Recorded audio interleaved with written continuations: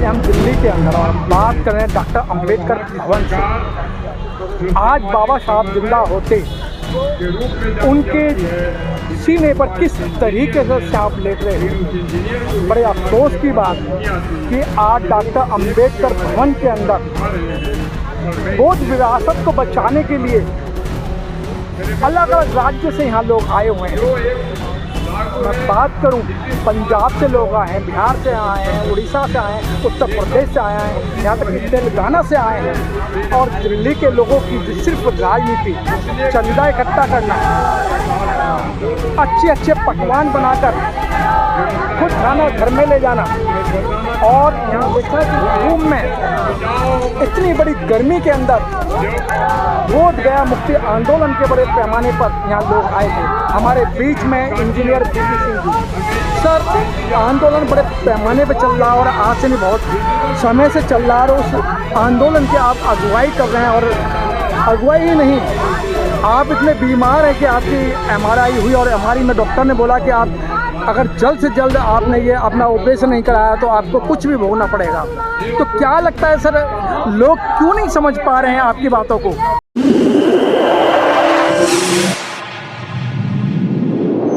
इस news channel पर जो भी वक्ता ने कहा वो उसकी अपनी राय है, जिसकी पुष्टि नेशन न्यूज इंडिया नहीं करता। धन्यवाद।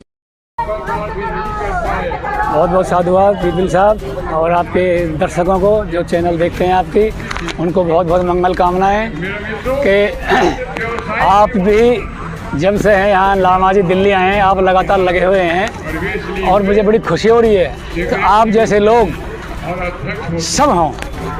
क्यों कि आपके अंदर वो, आपके अंदर ये नहीं है कि भी कोई लालच या वो है। आप आते हैं कि समाज में अपने बौद्ध धर्म को फैलाएं, इसकी पीड़ा को बताएं लोगों को। अब मैं ये बताना चाहता हूँ कि देखिए, आपने अभी खुद कहा कि इतनी सभी राज्यों से लोग यहाँ आए हैं, थोड़े थोड़े लोग, और अंबेडकर भवन में यहाँ आकर के इकट्ठा हो रहे हैं। ये हमें शर्म की बात है दिल्ली वासियों के लिए और NCR वालों के लिए कि घर से निकल के आने पर उन्हें प्रॉब्लम हो रही है।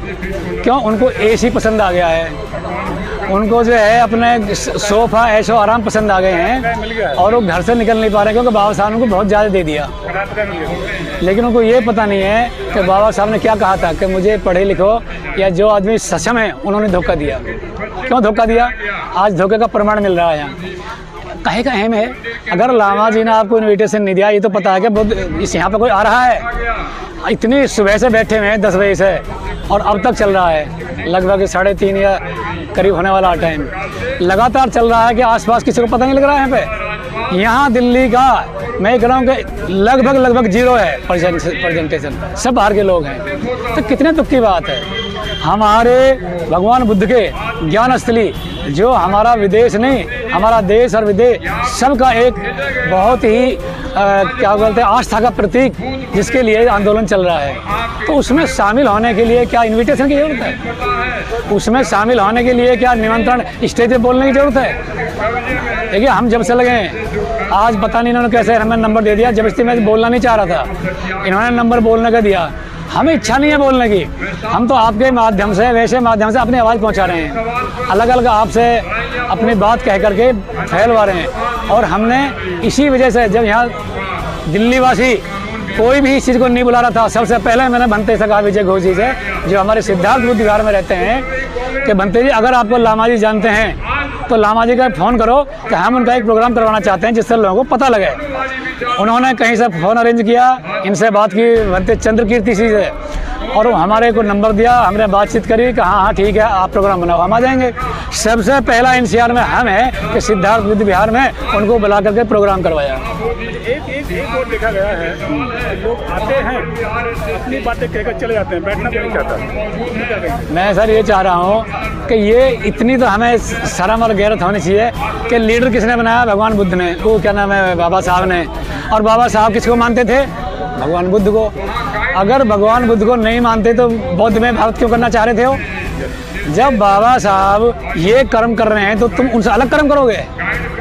अरे अगर बाबा साहब को मानते हो, अम्बेडकरवादी हो, तो उसकी इस बात को भी मानो कि बौद्ध में भारत करना चाह रहे थे। और बौद्ध में भारत के लिए जो हमारा महाबोधि महाविहार है, उसको हमारे कब्जे में आना बहुत ज़रूरी है। अगर ये हमारे बौद्धों के कब्जे में नहीं आता है, बौद्धों के उसके उसको नहीं मिलता है अधिकार, तो समझ लीजिए यहाँ बौद्ध धर्म फैलेगा नहीं। ये बड़ा क्लियर है। ये मिल जाए इसलिए मनुवादी देना नहीं चाहते, तो अगर ये इनको मिल गया तो यहाँ बौद्ध में भारत आने में टाइम नहीं लगेगा। ये पता है, क्योंकि सारा विदेश सब मानते हैं इस स्थल को, और वो स्थल पहुंचा हुआ है इनके पास, तो सारी इकोनॉमी को तो ये पकड़े बैठे हैं। अगर यही चीज़ हमारे पास आ जाए तो मैं कह रहा हूँ यहाँ बहुत सारे इंस्टीट्यूट खुल जाएंगे, ट्रेनिंग इंस्टीट्यूट खुल जाएंगे। बिहार चुनाव आने वाले हैं जी, बिहार की जनता वोट करेगी। क्या आपको नहीं लगता बिहार की जनता को डिमांड करनी चाहिए कि वोट हम तभी देंगे जिस पार्टी को देंगे? देखिए, मुझ जैसे लोग जो इस तरह हर जगह दौड़ के करते हैं, मैं कह रहा हूँ सब ऐसे हों, लेकिन पता नहीं क्यों सबकी अलग मति होती है कि वो ऐसी बिहार में जिनकी सही मति होगी वो बिल्कुल अगेंस्ट जाएंगे, बिल्कुल अगेंस्ट जाएंगे उसके। ये दो गवर्नमेंट स्टैंड। नहीं लगता कि ऐसा कि ये जो बौद्ध विहार आंदोलन है ये एक राजनीतिकरण हो गया है, क्यों कुछ लोग इसके अंदर अपने स्वार्थ भावना से इसको राजनीतिकरण कर रहे हैं? क्योंकि अंबेडकर भवन से ही बौद्ध विहार मुक्ति का आंदोलन चला और ये सोच शाह रोड से भी चला, लेकिन इस आंदोलन को कुछ राजनीतिक लोगों ने राजनीतिकरण कर दिया इस आंदोलन को। जी देखिए, बड़े दुख की बात है, जबकि ये जो शुरुआत हुई थी ये राजनीतिक आदमी ने शुरू करी, डॉक्टर लामा जी ने, आकाश लामा जी ने, और इसमें सब लोग मिले, लेकिन हमें नहीं पता था कि इसमें लोग इसलिए मिल रहे हैं कि हाँ वो इसको अपने कब्जे में लेकर के अपनी राजनीति चमकाना चाहेंगे। लेकिन हमें क्या पता था कि इस तरह राजनीतिक लोग हैं। अब धीरे धीरे जो राजनीतिक लोग थे जो अपने आप को लीडर बनाना चाह रहे थे, उस लीडरशिप के चक्कर में, पॉलिटिक्स के चक्कर में अब इसमें जो है अलग हो गए, वो अलग हुए, इस आंदोलन को बहुत कमज़ोर कर दिया। लेकिन ये मैं ज़रूर कहता हूँ कि आंदोलन तब तक कमज़ोर नहीं हो सकता जब उसका फाउंडर जो चलाने वाला है वो मजबूत है। और लामा जो है, मिस्टर लामा जो है, डॉक्टर लामा, ये इतने मजबूत आदमी है मिट्टी के कि जैसे बाबा साहब ने कहा ना कि मैं बीज हूँ, ज़मीन में बो दिया, मैं मरने वाला नहीं हूँ। ये लामा भी खुद कह रहे हैं कि मैं मर जाऊँगा, लेकिन जब तक ये हमारा महाबोधि महाविहार आज़ाद नहीं होगा मैं गया से नहीं जाऊँगा, बौद्ध गया से। तो मुझे तो उम्मीद है, अब लोग क्या चक्कर में हैं, क्यों उनके दिमाग में नहीं घुसता? भाई किसी गैर के लिए कर रहे हैं क्या ये अपने देश के लिए, अपने बौद्धों की भलाई के लिए, अपने महाविहार के लिए तो बात कर रहे हैं, किसी पॉलिटिक्स की बात तो नहीं कर रहे ना। करे तो आप हट जाओ, बड़ी सीधी बात है। सर, कुछ लोग ये कह रहे हैं कि लामा जी जिस आंदोलन को चला रहे हैं, जिस तरीके से चला रहे हैं, लामा जी पर दुनिया भर के आरोप लगाए जा रहे हैं, तो आरोप क्या है? अरे आरोप तो बताओ, हमें तो नहीं पता, आप बताओ कौन सा आरोप लग रहा है? सर, पैसे का आरोप लगा रहे हैं, गबन का आरोप लगा रहे हैं। हाँ, अब ये मत बताओ कि जो पैसे का गबन का आरोप लगा रहे हैं, कोई प्रूफ तो दें कि किसका पैसा मार लिया जी। अरे सबूत सामने लाओ, लामा जी को बदनाम करो प्रूफ के साथ, हम भी मानेंगे आपकी बात बिगड़ प्रूफ के। अब जो कहने वाले हैं उनके पास में कितना दान आया, हमने सुना है कि दान देने वालों ने गांव-गांव गए, शहर गए, दान लेकर गए, वो तो लामा जी को नहीं दिया उन्होंने। दिखाओ पर्ची कहाँ दिया आपने?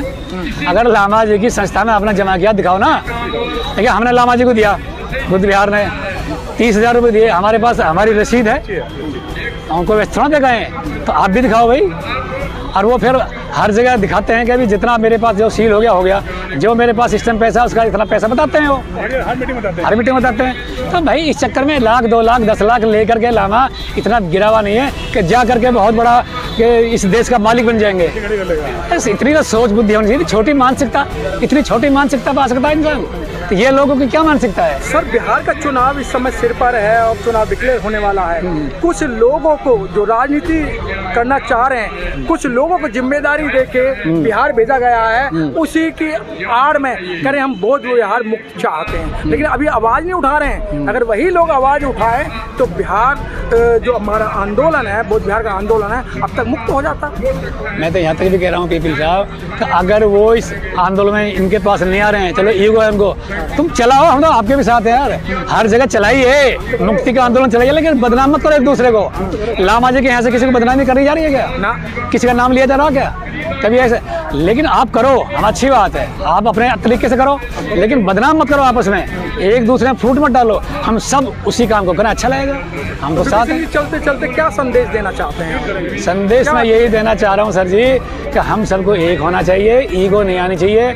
अरे हम बौद्धिस्ट हैं, बौद्धिस्ट की तो बहुत, जो आदमी बौद्धिस्ट बन गया वो बहुत बड़ा आदमी बन गया, उनको पता ही नहीं है कि कितने बड़े हो आप। अब छोटेपन की बात करोगे तो काहे के बौद्धिस्ट रहेंगे? सब जमाना देखता है कि कौन कौन घर में बैठा। आज यहाँ करके जो मैंने हाल देखा कि यहाँ दूसरे बाहर के लोग हैं और यहाँ के लोग नहीं है, मैं सुन रहा हूँ किस तरह से मैं अपने को रिप्रेजेंट करूँगा। मैं एनसीआर का आदमी हूँ, बहुत शर्म आ रही है मेरे को, सच बता रहा हूं। लेकिन सर कुछ लोग तो पूरी दिल्ली की जिम्मेदारी लेते हैं, मंचों से ऐसे डकारते हैं, मंचों से ऐसे खतरनाक तरीके से बोलते हैं जो कुछ है मैं ही कर रहा हूँ, लेकिन वो लोग नहीं दिखाई दे रहे हैं। चंदा है और वो रसीद लेते हैं, चंदा काटते हैं, बड़े बड़े मोटे पेट वाले।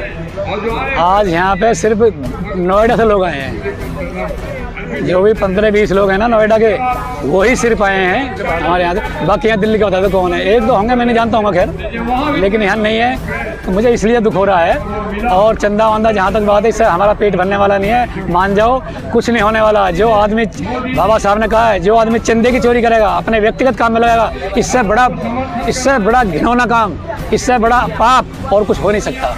उन्हें नहीं पता कितनी पीढ़ियाँ नष्ट हो जाएंगी ऐसा काम करने से।